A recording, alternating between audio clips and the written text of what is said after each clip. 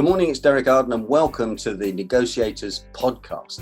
Today I'm with Will Kintish. Will Kintish is the leading expert on networking skills in the United Kingdom and overseas as well. And his company does a lot of training in this area. So today we're going to learn the secrets about networking. Good morning, Will. Welcome to the Negotiators podcast. Good morning, Derek. Thanks for inviting me. I look forward to an interesting chat. Will, tell me about networking. I understand that some people are scared of networking, and perhaps you just tell the listeners and the viewers what it is. Well, Derek, this is the irony about what I do. You, me, and everybody in the whole wide world, we all network from about the age of 2. Networking is simply building relationships, which we do every day of our lives. Either we build new relationships or we reinforce existing relationships. It's as simple as that. And you know what? It's even more fundamental than that, Derek. Networking is just talking to people.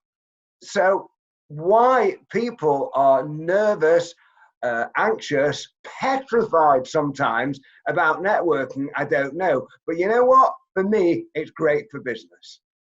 That's all networking is. It's building relationships. Simple as that.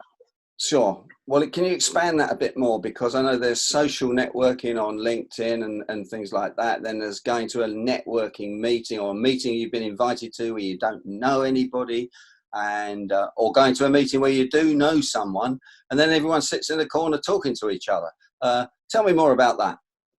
Okay. So every single relationship, whether it's online these days or offline, has got to start with a no, K-N-O-W. So if you link in with somebody and send them hopefully a personal invitation, that is the start of a relationship. The 3 key steps to face-to-face relationships, however, is know, like, and trust. So you think about any relationship that you value with anybody, whether it's with your clients, suppliers, friends, family, colleagues, it always starts with the know. And a relationship will only continue for a longer period of time if people like us. Because when people don't like us, I believe they don't want to deal with us. They don't have anything to do with us. And to build trust, in my thinking, you can build trust very quickly. So many people say, oh, it takes years to build trust. Not necessarily. You can build trust by the simple action of being reliable. I have in my life 2 mantras. Do what you say you're going to do, number 1, and do it when you say you're going to do it. And you know, Derek, like me, because you and I are very reliable with each other. When we agree to meet at the time, we meet at the time. But you and I know so many people are unreliable. And therefore, if they're unreliable, how can we trust them? So that, for me, are the 3 key steps to building trust. That's very interesting, Will. I like that know, like, and trust. And in fact, when I'm teaching negotiation skills, I'm saying to people, actually, people won't do a good deal with you, or you won't convince them if they don't like you, because it's the people like me syndrome. So you do need to really go out and so many people don't do that. That's the thing that really surprises me, because as you were saying, we're talking about common sense here. And as we know, the thing about common sense, it's not very common. Tell me about LinkedIn. LinkedIn is fantastic for starting a relationship.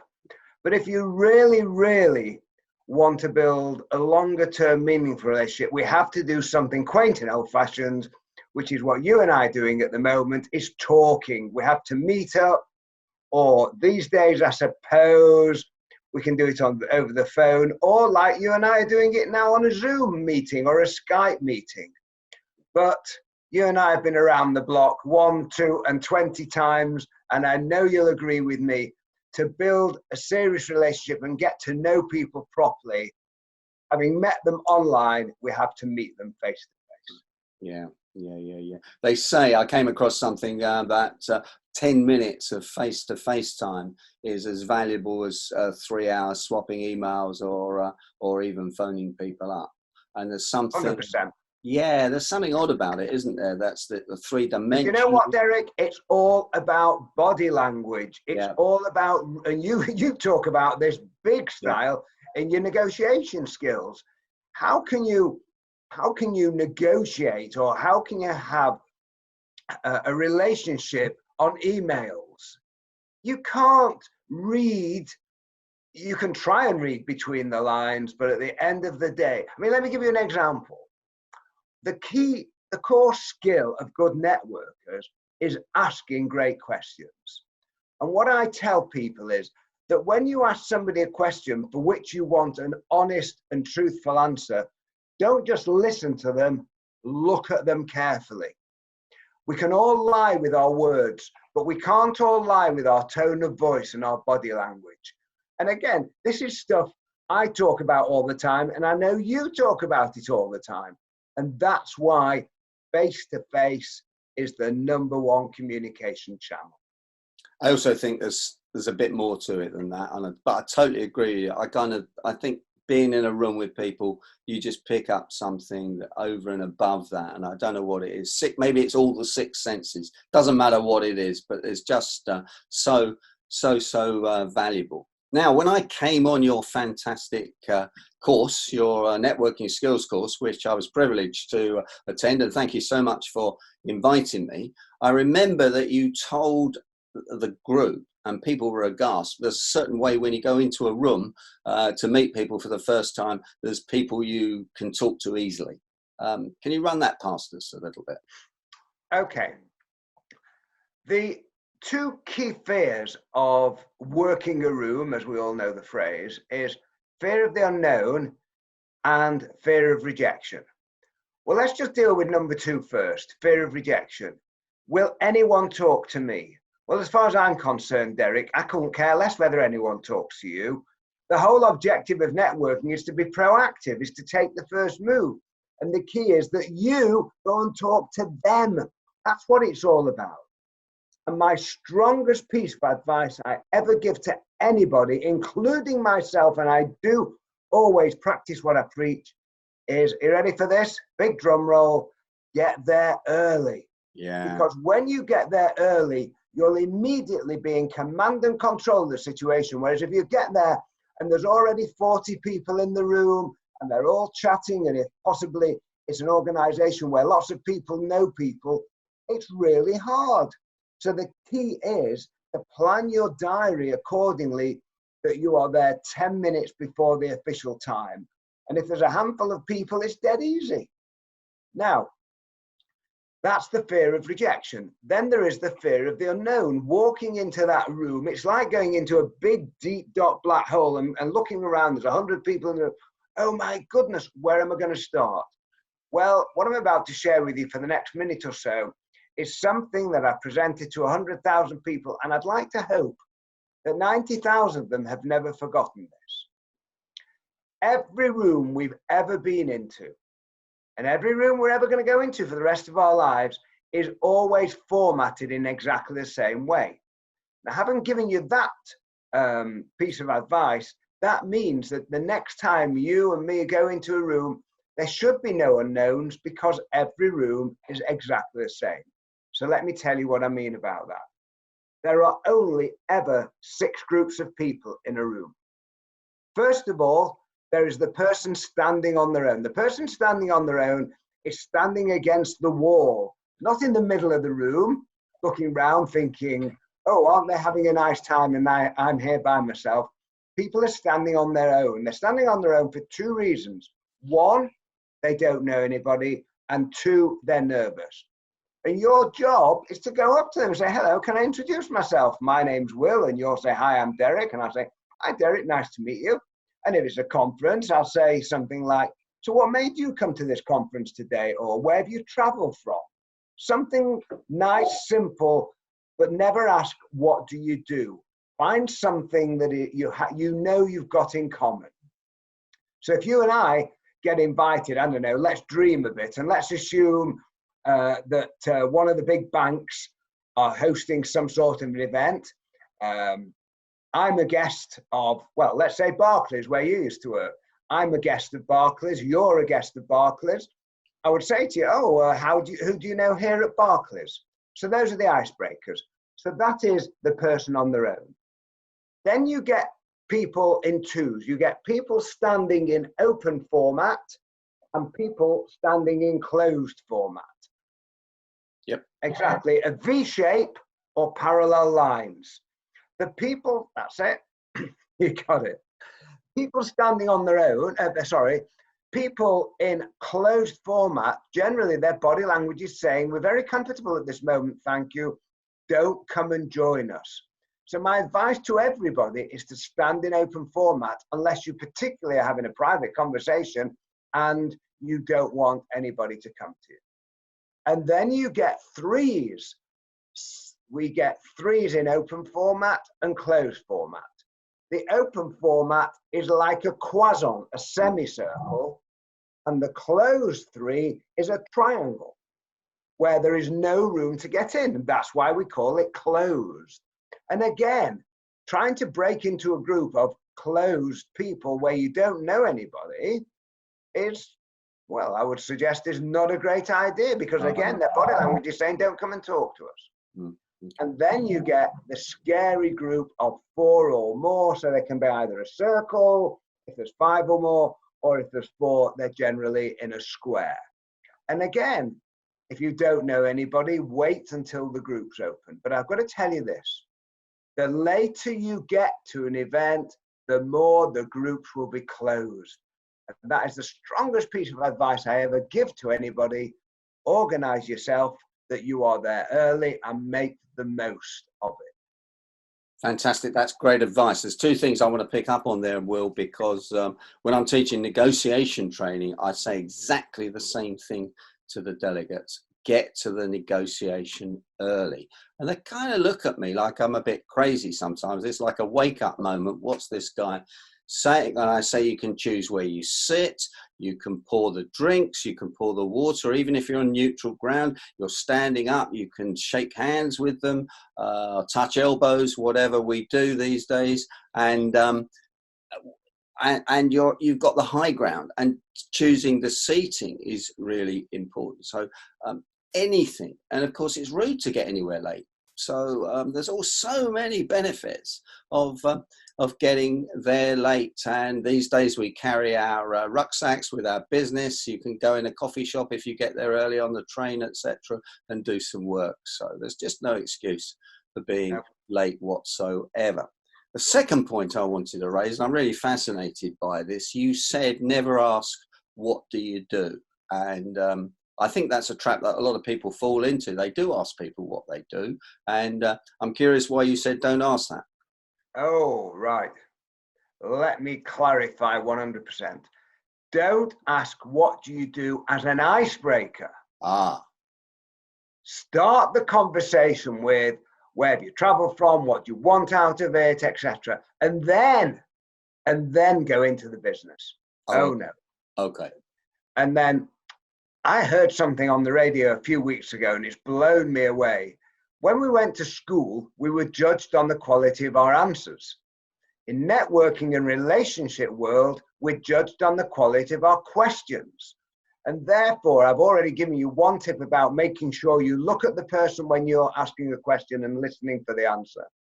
And again, remember this, some people don't want to talk to you. Some people, I don't know, if you're a banker or you're a lawyer, for whatever reason, they don't want to talk to you.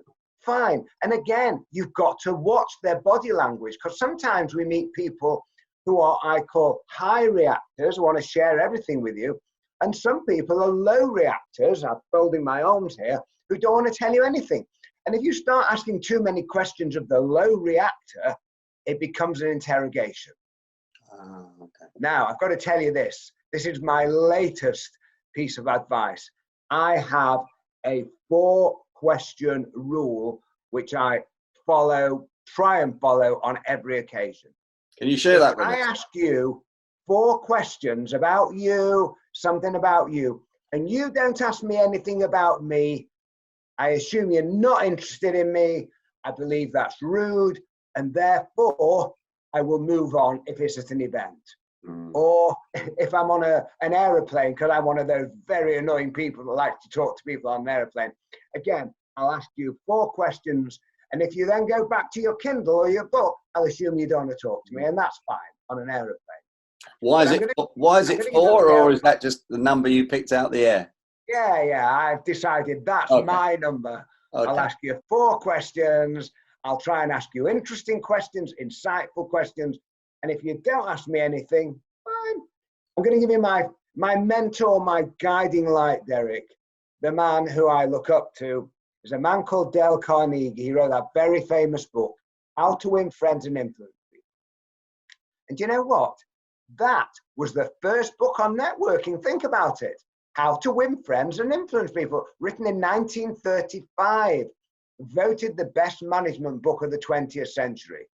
And as a result of me going on his management course, as you know, I was an accountant for nearly 4 decades. Yeah. As a result of going on his management course, I was able to leave accountancy to do what I'm doing now. Now, what did Dale Carnegie say? Relevant to what we just talked about, the most interesting people we ever meet are those who are most interested in us. So I want you and me to leave every event with the other person thinking, what an interesting person Derek was, what an interesting person Will Kintish was. And they might know nothing about us, but they loved us because we were interested in them. Fascinating, Will. Well, we've nearly come to the end of this interview. One last question for you, and that is, do we swap business cards? At what stage do we swap business cards? Sometimes people say to me, I don't have a business card. What's your view on that? Okay. Headline. The most important thing about business cards is, if you're going to follow somebody up, get theirs. As far as I'm concerned, I meet people at events, and within minutes we're swapping cards. You know, like the old Panini football cards. They were swapping them in the playground. Well, as far as I'm concerned, let's get the conversation going. Let's see if there's anything in it for building on that relationship. And I believe the only time I ask for a business card is if I'm going to follow you up. Otherwise, what am I going to do with it? I'm going to take it home and put it in the bin. And I'm a bit of a green, and therefore it's a waste. So if I meet you at an event and you might say something to me like, do you know what, Will, I've got a team of people who need a bit of help with networking. That's what I call the aha moment, the light bulb moment. When I hear the light bulb moment, that is an indication to me to follow up. So I say, Derek, shall we swap cards? I've got your card. I look at it carefully. I ask, and then I ask you the big question. You know, a few minutes ago, Derek, you said you might be interested in talking to me further about me doing some training for your people. Then you look them in the eye to get the truth. How do you feel about me giving you a call, not an email? How do you feel about me giving you a call later in the week? And let's continue the conversation then. And if you think it's relevant, we'll meet up either in your office or my office. So business cards, as you're talking about, get theirs, ask and use it. Because of course, in today's world, the amount of information on a business card is wonderful. Email, phone number, mobile number, job title, everything is on that card. So yeah, business cards, but it's not your card that's important, it's theirs. Well, that's absolutely fantastic. And can I thank you for joining the Negotiators podcast. Will, how do people get hold of you if they want some of your networking training? Okay, I have a website which is full of free stuff. Kintish, KINTISH.co.uk. I'm a heavy user on LinkedIn. So if you link in with me, and make sure you send me a personal invitation. If you link in with me, you can look at my various posts and articles. And I'm always happy to give away a bit of free advice. The first principle of networking, Derek, as we're finishing this, the first principle of networking is to be kind, to share, and it's to help people.